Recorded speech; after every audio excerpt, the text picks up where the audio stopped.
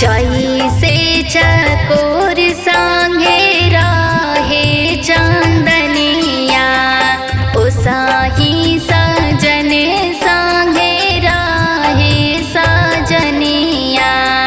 जैसे चकोर संगे रहे चांदनिया, ओसाही सजन संगे रहे सजनिया। लागे नाही केहू के नजरिया, हे भोले बाबा अमर रखिया हमारो सुहाग। हे भोले बाबा अमर रखिया हमारो सुहाग।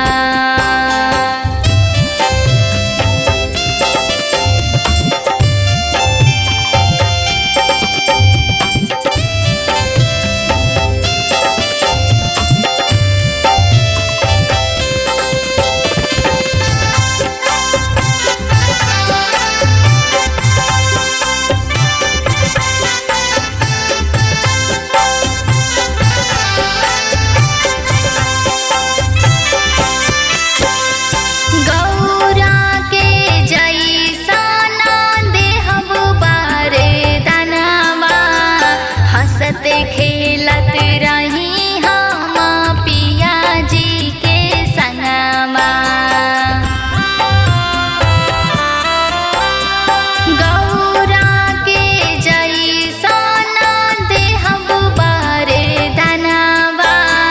हंसत खेलत रही हम पिया जी के संगवा। रानी जैसे राखस हमके हमारो सजनवा हो, अमर रखिया हमारो सुहाग। हे भोले बाबा अमर रखिया हमारो सुहाग।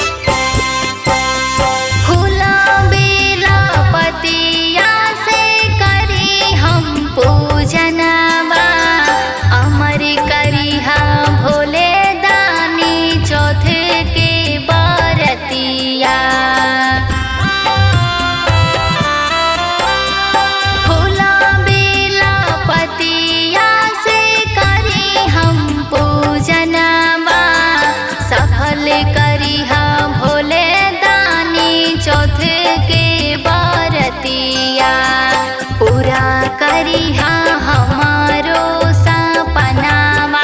हे भोले बाबा अमर रखिहा हमारो सुहाग। हे भोले बाबा अमर रखिहा